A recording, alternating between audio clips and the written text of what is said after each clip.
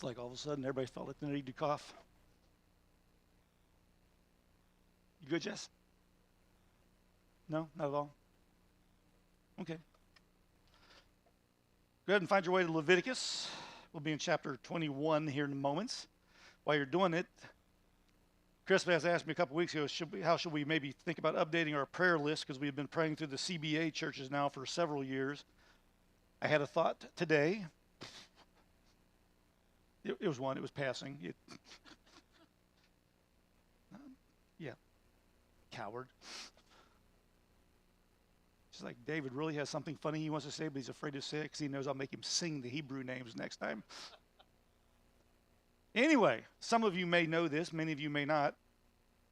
3 years ago, Dorchester Wayland, Doorway, planted Wando Woods Baptist down near what's now 526.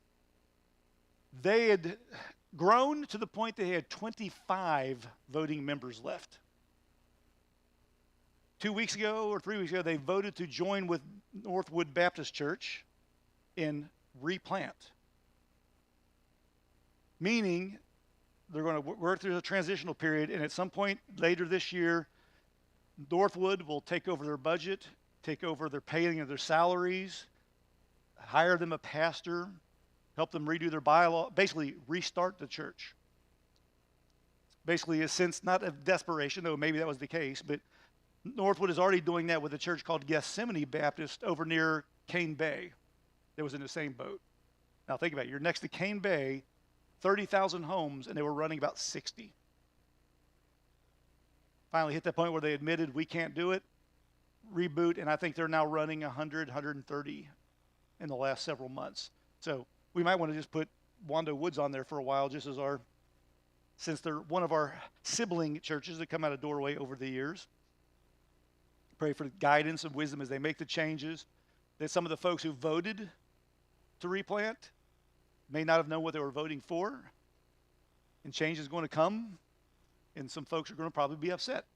And so pray for that whole transitional period for them. All right, Leviticus. Let's review real quick. Kind of a short review tonight because we're in the middle of a section we've now been in for a few weeks. But big picture, God demands holiness, right? Be ye holy, it's command. We've now seen at least once in the holiness code a couple weeks ago that God exemplifies holy. Be holy, command, because your Lord your God is holy. So you want to know what he's looking for? Looking for this. And as we saw when we were in Exodus, and now really throughout the book of Leviticus, without holiness, no one can stand in his presence. In fact, this is what the writer of Hebrews says in chapter 13. Seek holiness, without which no one will see God. And so the standard is incredibly high. Knowing that theological truth, going back, this is week 38, going back a year, knowing this truth, that's what the standard is and what's required, Leviticus actually began, if you remember, in chapter 1, with ordinances, laws concerning the sacrifices that were going to be necessary to remedy man's spiritual condition when he falls short of holiness.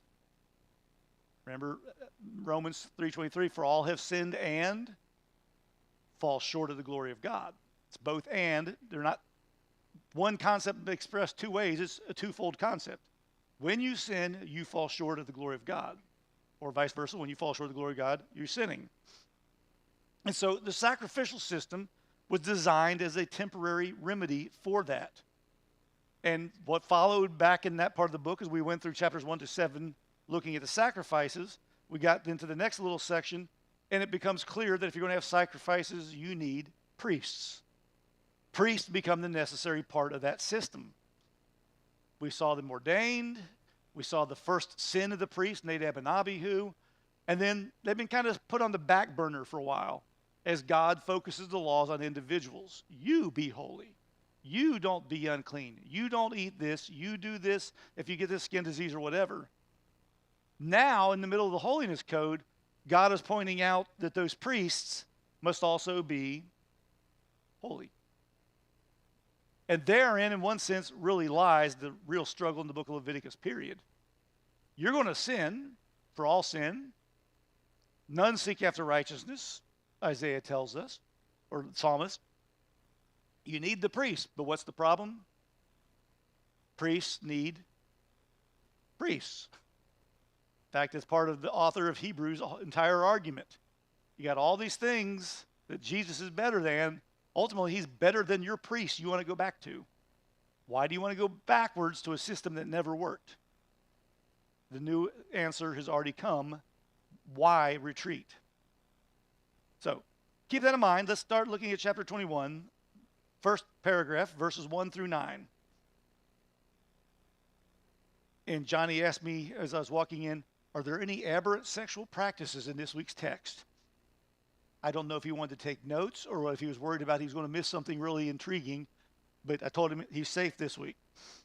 And the Lord said to Moses, speak to the priests, the son of Aaron, and say to them, no one shall make himself unclean for the dead among his people, except for his closest relatives, his mother, his father, his son, his daughter, his brother, or his virgin sister, who is near to him because she has had no husband.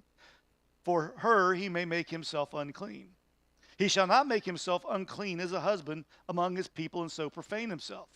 They shall not make bald patches on their heads, nor shave off the edges of their beards, nor make any cuts on their bodies. They shall be holy to their God and not profane the name of their God. For they offer the Lord's food offerings, the bread of their God. Therefore they shall be holy. They shall not marry a prostitute or a woman who has been defiled. Neither shall they marry a woman divorced from her husband, for the priest is holy to God. You shall sanctify him, for he offers the bread of your God. He shall be holy to you, for I, the Lord, who sanctifies you, am holy. And the daughter of any priest, if she profanes herself by whoring, profanes her father. She shall be burned with fire.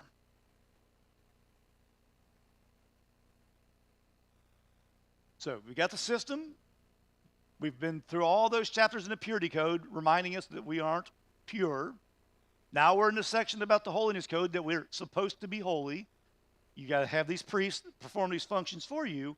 But for the priest to be your mediator, he has to be able to mediate.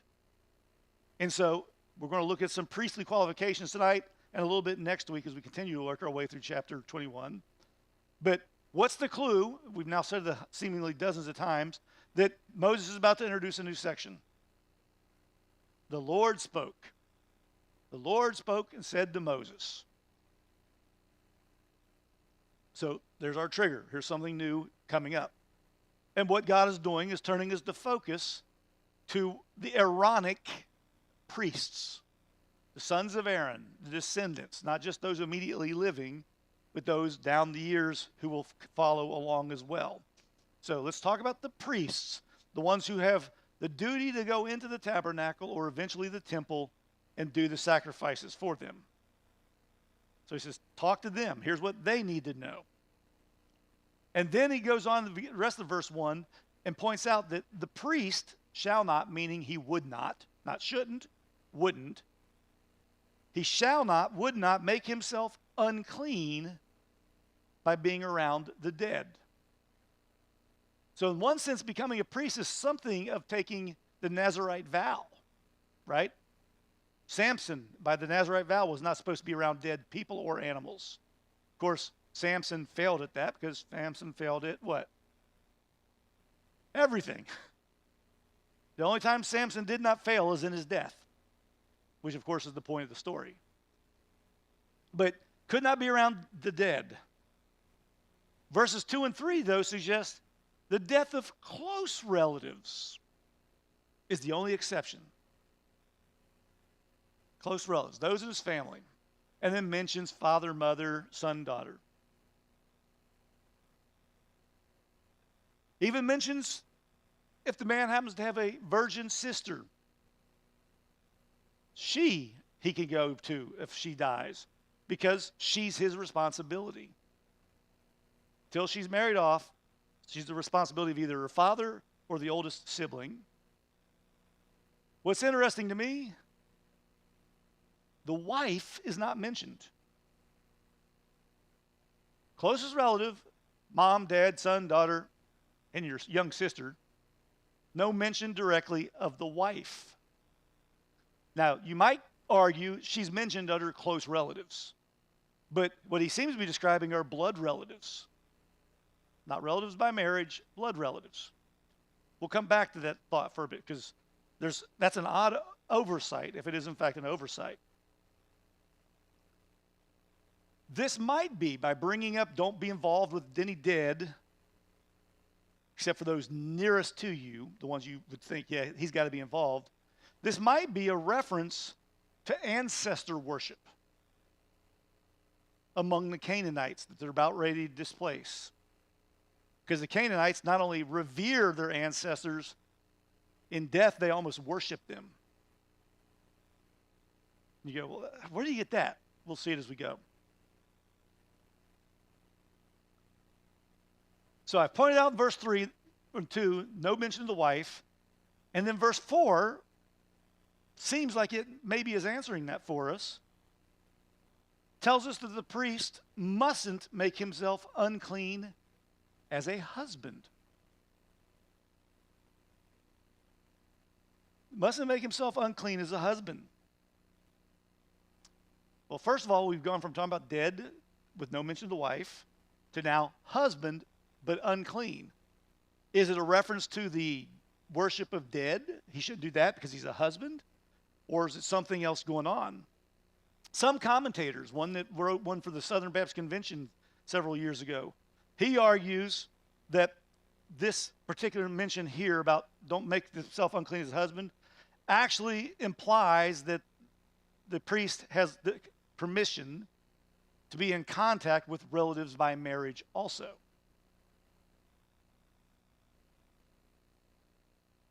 My question is, why then give it as a negative command?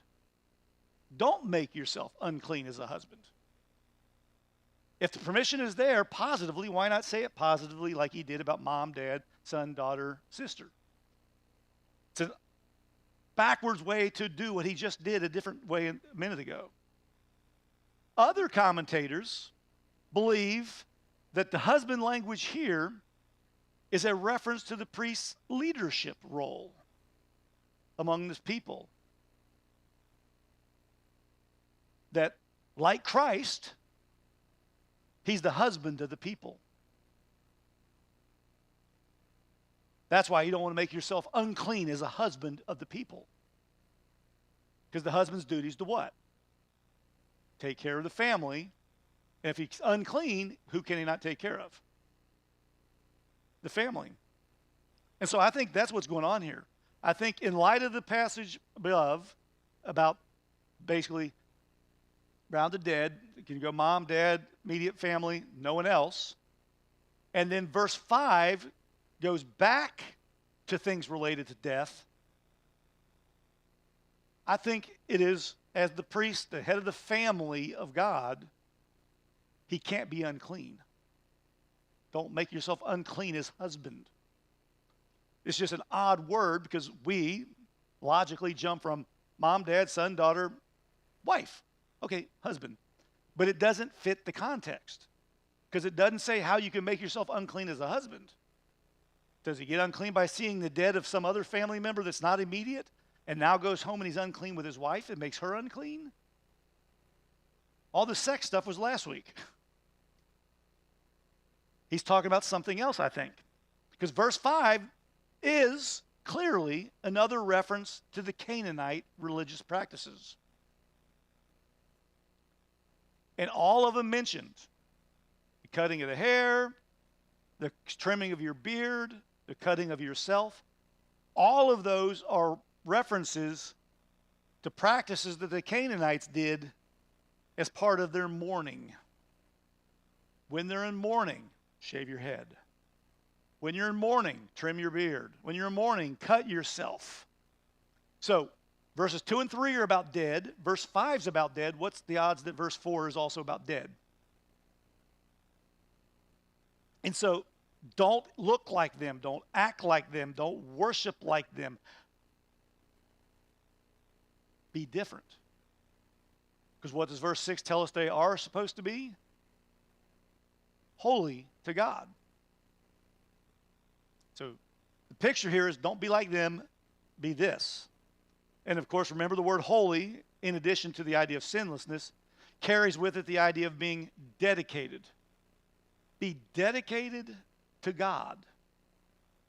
And your actions, the way you worship, don't look and practice like they do. And this difference between their practices and the other is supposed to be both visible as well as spiritual.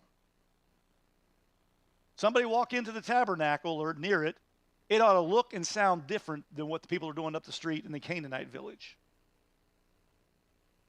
To be different. And we're going to see that when we get to the admonitions about, again, the baby goat and the mother's milk. When we get to the tattoos and some of the other stuff that's mentioned just in a little bit in the book of Leviticus. It's about being different. Oh, okay. I want to make sure you weren't airing your pit.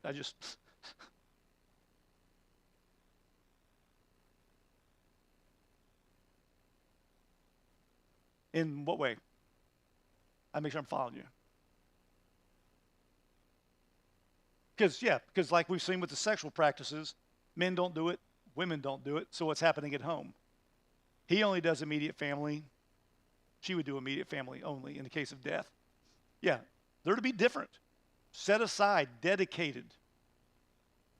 For a very serious, significant theological reason, according to verse 6, God's name, and remember the name is always connected to one's reputation.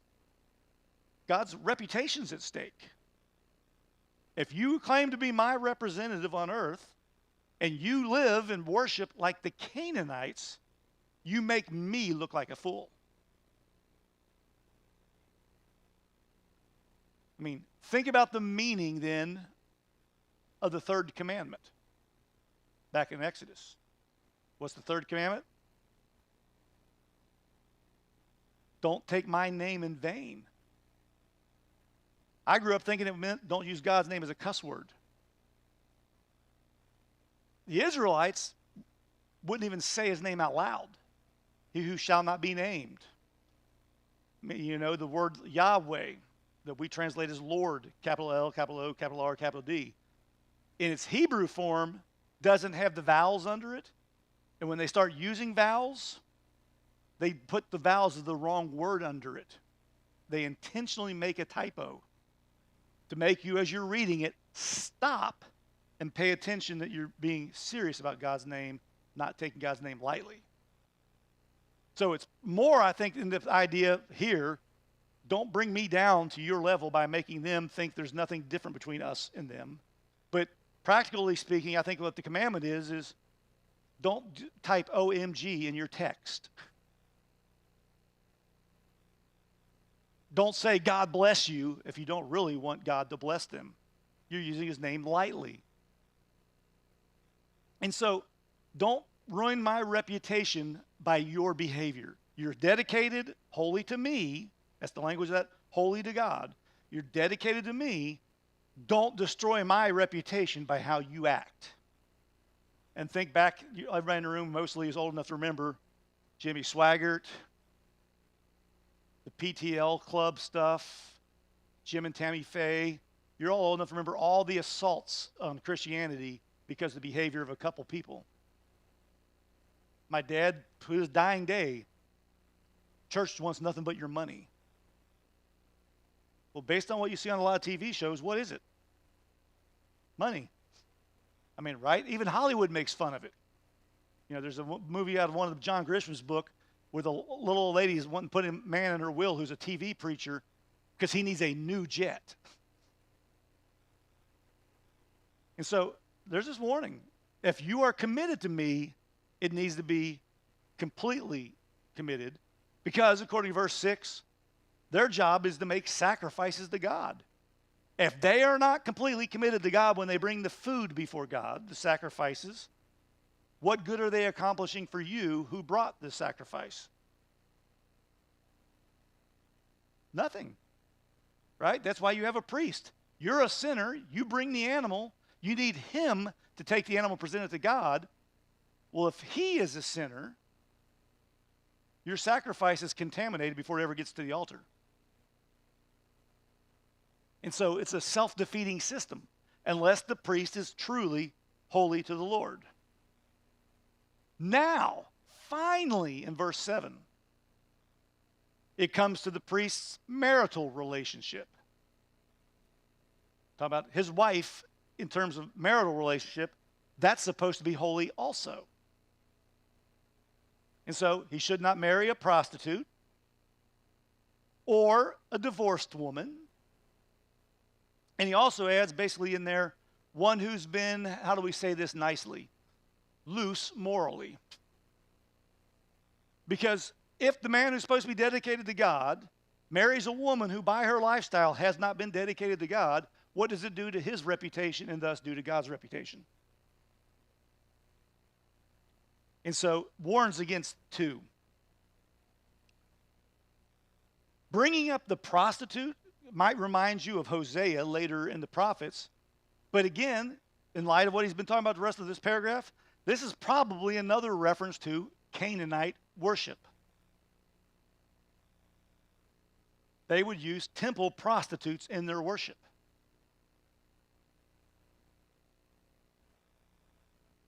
But the rest of it, her being profligate, loose morally, the idea of divorce here is that she's been sent away is the language there.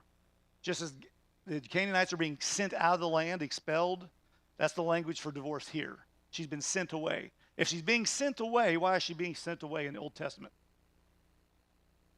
She's guilty of adultery. And so those are references to her moral character, aren't they?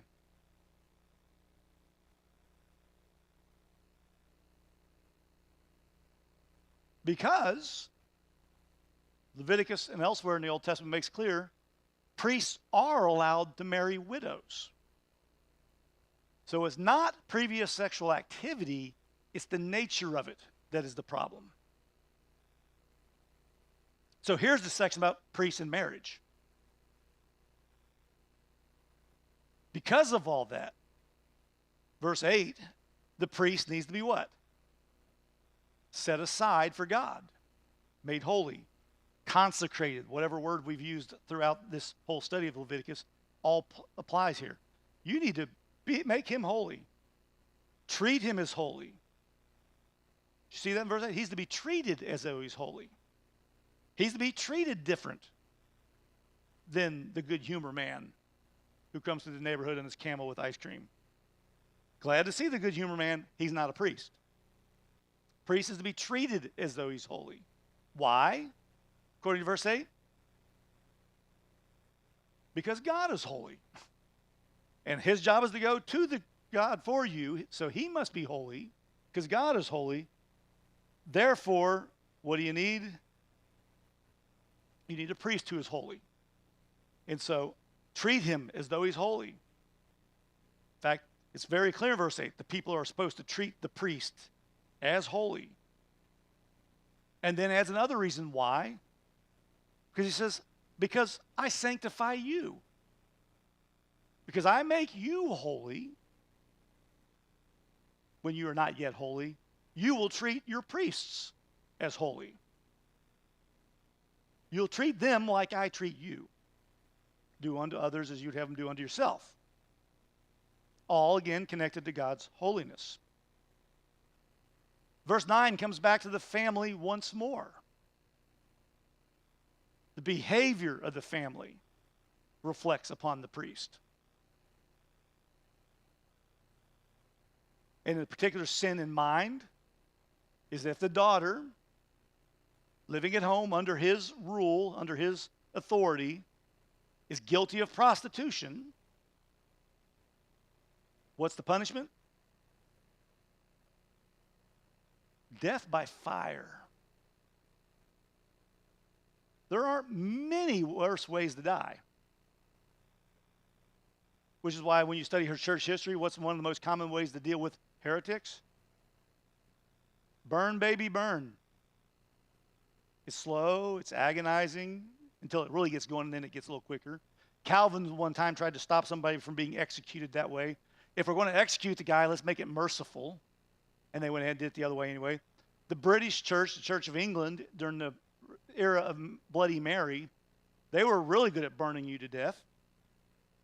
They'd tie you to the stake and then put little bags of gunpowder, about the size of a baseball, under your armpits and between your legs.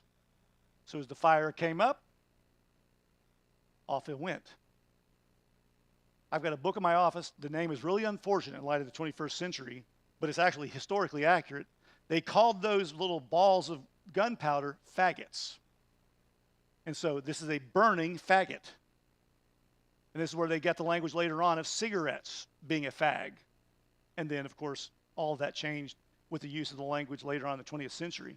So even the behavior of the children impacts the ministry of the priest, which ultimately does what? Impacts God's reputation. So holiness, top to bottom, stem to stern. Then another set of rules comes. Verse 10. The priest who is chief among his brothers, on whose head the anointing oil is poured, and who has been consecrated to wear the garments, shall not let the hair of his head hang loose, nor tear his clothes. He shall not go into any dead bodies, nor make himself unclean, even for his father or for his mother. He shall not go out of the sanctuary, lest he profane the sanctuary of his God. For the consecration of the anointing oil is on him. I am the Lord. And he shall take a wife in her virginity. A widow or a divorced woman or a woman who has been defiled or a prostitute, these he shall not marry. But he shall take as his wife a virgin of his own people, that he may not profane his offspring among his people, for I am the Lord who sanctifies him. So we've gone from talking about regular everyday priests, now chief priest. And there's a whole different set of rules for the chief priests. Now, before getting to the blanks, why does he get a whole different set of rules at even higher standard? Because those other priests, when they sin, which they will do, what do they need? They need a priest who can represent them. If the high priest, the chief priest, is a sinner, the whole system's done. Now, think in the New Testament, the Gospels, what was the high priest like during the lifetime of Jesus? Corrupt. The system whacked out. And so here's what it was supposed to be. You need a high priest like this. Again, which is why the writer of Hebrews talks about, we have the high priest like this, Jesus. So, set of rules applying to the chief priest, the high priest. Why? He's the one who's been anointed. He's had the anointing oil poured over his head in complete dedication to God. There's a reference here to his garments. That's a reference to the special clothing that the chief priest wears. Right? Remember back early in the book when we went through the clothing for the priests? There was one set of clothing for the average priest, and then there's this very elaborate set of clothing for the chief priest. And so, reference to that, even down to the point that his hair in his regular clothing are to be well kept. His hair shouldn't be unkempt, and he shouldn't tear his clothing. Tearing of the clothing is another sign of mourning, so we're still using this language of dead and mourning. Chief priest, death is not an issue to him. Now, you might go, well, that's kind of harsh. Remember when Ezekiel's wife dies in Ezekiel? What did God tell Ezekiel? Don't even mourn her death. What did God tell Aaron when Nadab and Abihu died? Don't mourn their death. And everybody goes, man, that's harsh and hard. But the picture is if the chief priest truly knows and believes what he's doing, what does he also know? There's life beyond death. Right? That's why we talk about we don't mourn like those who have no hope. And so everything about him, the way he dresses is different. He's anointed different. He keeps his hair neat and, not fashionable, but clean. His clothing is not torn in moments of mourning. He's living a separated life. He's different than the rest. And then in case you didn't pick up on that death connection, verse 11 makes it clear. What's the prohibition against? It extends even to the death of your parents.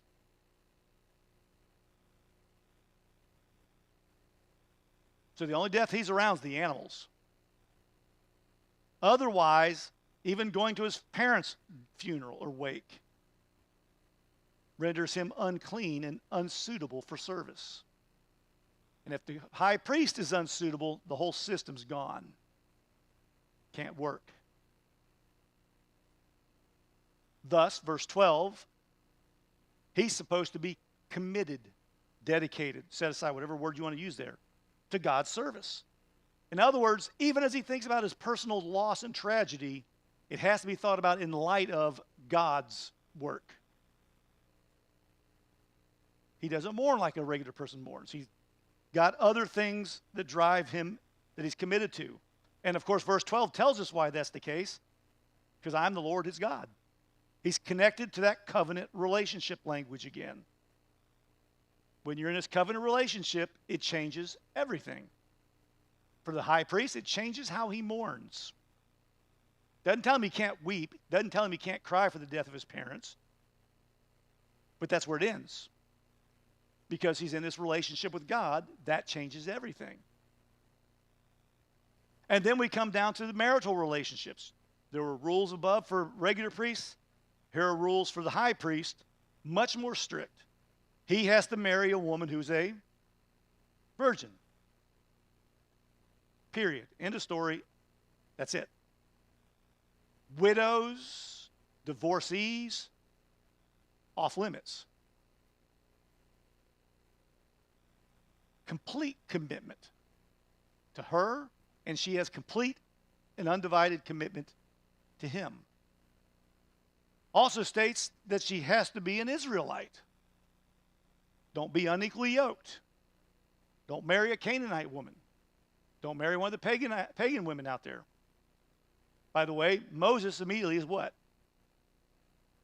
He's disqualified because he's married to a Cushite, or will be along the way in this journey.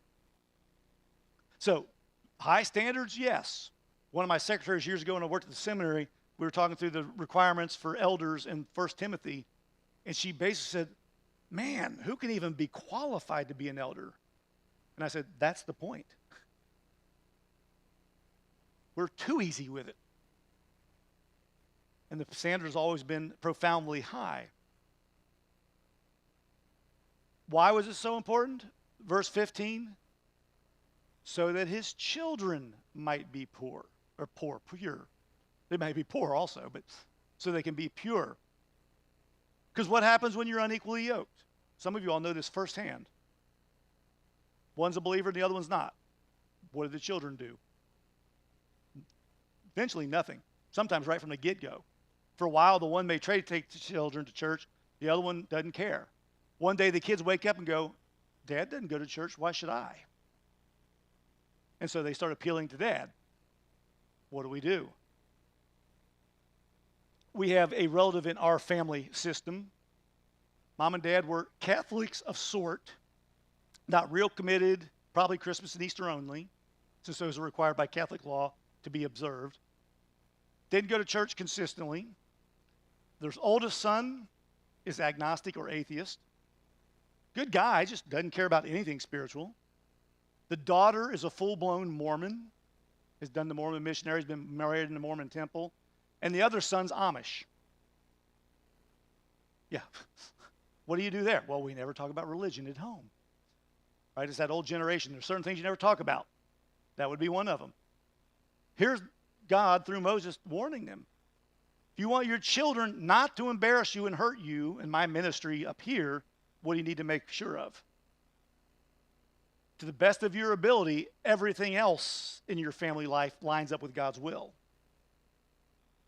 And so the children need to be pure, dedicated to God, because what is God doing here? Into verse 15, he sanctifies the high priest also. God is doing this to him. He needs to follow what God is doing. God's giving him guidelines. That's what you need to do. You know, I was dealing with a student the other day. Actually, another one this morning. Who was it this morning? Oh, I remember who it is. I won't say it because some of you may know this student. Dr. Beck, I'm just drained. I'm wore out. Chris was there, heard part of the conversation. I'm wore out. I'm taking too many classes. I don't have time to study. I've on too many things at school. And then I've also got this job I don't need, but I like my job because it's the only time I'm around lost people. And I wouldn't want to give it up. What do I do? So how much spare time you got, I asked her. None. When do you have time for Bible study and prayer? And she kind of looked down at her feet. None. And I basically said, young lady, you and I have had this conversation before. I've known her now for 2.5 years, and every year around Christmas break, when she's away from school, she knows what she's going to do when she goes home. Nothing. But now what she's noticed is, in her own spiritual life, she's created a situation where she's doing nothing, even when she's involved in church and school at a Christian school. And so, if you're not completely dedicated, what happens to all the other stuff? It becomes overwhelming. Even when you're completely dedicated, is it easy? No. Well, imagine if you're only half-hearted. Right? It's the third week of January. By the third week of January, what is happening to almost everybody? New Year's resolutions are over. I'll get to them next year. Right? Especially when you were younger and you had even bolder ambitions. I'm going to get in shape this year. First day that it's 35 degrees outside, what do? Pull the blanket up about here and roll over and go back to sleep. If you're not committed to it when times are easy, you're not going to be committed to it when times are hard. The priest needs to be completely committed to it. Those who work with him need to be committed to it. The people need to be completely committed to it. Because if they're not, guess what they're not going to expect from the priest? And the system tumbles down. Of course, we've said over and over as we've gone through Leviticus, that's the whole point of the system anyway, isn't it? You can't do this. It is, to quote Jim Neighbors, to dream the impossible dream. But they think they can do it. So much so when one young man asked Jesus, what must I do to be saved? Jesus tells him, keep the law. What's the young man's answer? I've done all that. And rather than scolding him, Jesus says, okay, well then, go, sell everything you have and come follow me. And what's his complaint? I'm rich, and who's going to bury my mom and dad? Here he is. Jesus is calling him to be a priest, so to speak, and he's worried about mom and dad. That's why elsewhere Jesus says you got to hate your father and your mother if you're going to follow me. Count the costs. Costs are extremely high. The good news is we have a chief priest who did all this. Kept it all. Even when his mother wanted something that he didn't want, what did he do? The story always cracks me up. They're at the wedding feast of Cana. Wedding feast goes on for a week. That's why they're running out of wine. They've been there for a week. Mary comes to Jesus as her oldest son. You need to take care of this. These are family members. They're all involved with the wedding guests. You need to go take care of this. In other words, you need to go down to 7-Eleven. Jesus' first answer is, but Mom, you don't understand. It's not my time yet. Mom's answer to me is classic. What does she do? She nods at him probably, and then looks over at the servant and says, do whatever he says, and leaves. And what does he do? He does it. He honors his mother even when it's not what he wanted to do at the moment. There's that tension between Jesus' divinity and his humanity. He knows what he needs to be doing, but he also knows as a human what's he supposed to be doing. And so it's one of those mic drop moments. Just do what he says. I'm out. And off they go. And not only did he do it, he did it better than the first wine to begin with.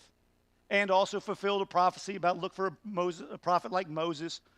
Moses makes water into blood. Jesus makes water into wine. And off we go. It's used ultimately for the greater good, showing where things are going. Everybody, top to bottom, is to be holy because God is holy. Any flaw in this system ruins the system. If you're the bottom, you're unholy, you got priests. If the priests are unholy, they got a high priest. But if the high priest is unholy, what do you got? A holy mess. The system never could have worked. because we're dealing with humans who have sinful natures. You got to set the bar high to show people they can never possibly keep it. You don't lower it so they get a little good feelings. If this is where it's at, it's got to be that way from the beginning. Let's go ahead and pray and get on down the road. Heavenly Father, Lord, we thank you for this evening, for the opportunity to gather with your people. Lord, to spend time sharing our prayer concerns and lifting them up with one another. Lord, not just catching up on the news, but Lord, grieving with those who grieve, weeping with those who weep, and Lord, also rejoicing with those who rejoice. Pray, Lord, that you would take your word tonight, apply it to our hearts, whether it be as salt to irritate our wounds, to push us to further growth and study in depth, or Lord, perhaps it needs to be applied tonight as a salve to comfort us that we can't be this priest, but we have a high priest who can.